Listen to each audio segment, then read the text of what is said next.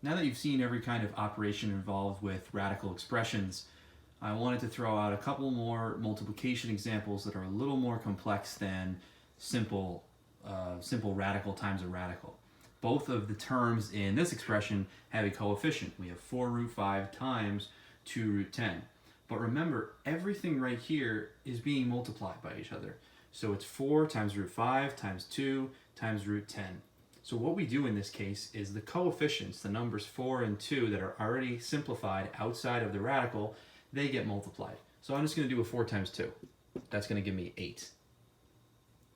Let me show this with parentheses for all of the parts. So it's 4 times 2, and then the radicals are going to multiply. And what you're going to see is I'm going to have to simplify the whole thing. So 4 times 2 we know is 8. Root 5 times root 10, let's make it root 50. 8 root 50, is that simplified? No, we know that 50 has a perfect square of 25. So I'm going to go 8 root 25 root 2. 8, this is a 5, it's going to be 8 times 5 out front. So we end up at 40 root 2. Probably not where you expected to be when you started that problem. So that's why you need to show all the steps, multiply the coefficients together, multiply the radicals, and then you get a new radical that still needs to be simplified down to that form. All right. Similar example here, but it's a single radical squared. Just a good reminder that you guys may want to rewrite this. When you see something squared, just remind yourself that this is really 6 root 3 times 6 root 3. So we're going to do the same thing we did with the other example. 6 is going to get multiplied by 6. And then root 3 will get multiplied by root 3.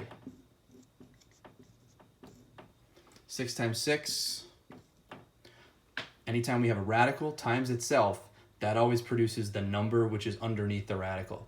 Technically, this gives me root 9. We know that root 9 is the perfect square that gives me 3. We have our final answer of 108. That comes up a lot in geometry when you are squaring sides as part of the Pythagorean theorem. I'm sure you guys will see more of that next year in geometry. Last one here, this will take several steps. We have two binomials featuring radicals that are multiplied by each other. I'm going to have to use the distributive property and the rules that I've learned in terms of multiplying and adding and subtracting radicals to complete this one. So my first step of FOIL. First, root 7 times root 7. Now we just talked about that. The product here would technically be root 49, but we know that's going to be 7. Outside. So it's root 7 times negative 3 root 2. We have a negative 3 first, and then root 7 times root 2 is going to be root 14. Inside, we have root 2 times root 7, which is plus root 14. Finally, we have last. We have root 2 times negative 3 root 2. So root 2 is going to give me a 2. That 2 is times a negative 3. So that's going to give me a minus 6. 4 products as a result of foiling there. Let's see what we can combine together. We have two integers. We have 7 and negative 6. I'm just going to reorder all of these so you can see how it gets simplified. With addition and subtraction, we know that we can move the terms around. It doesn't affect the full expression.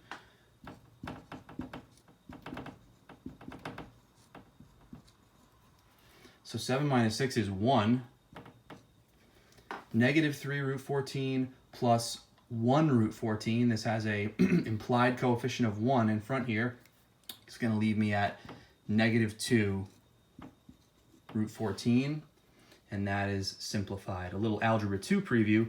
Technically, this is in simplest form when you have a real number in front of a radical term. But you can leave it like this, and you're done. So a couple more examples to help you with this homework assignment.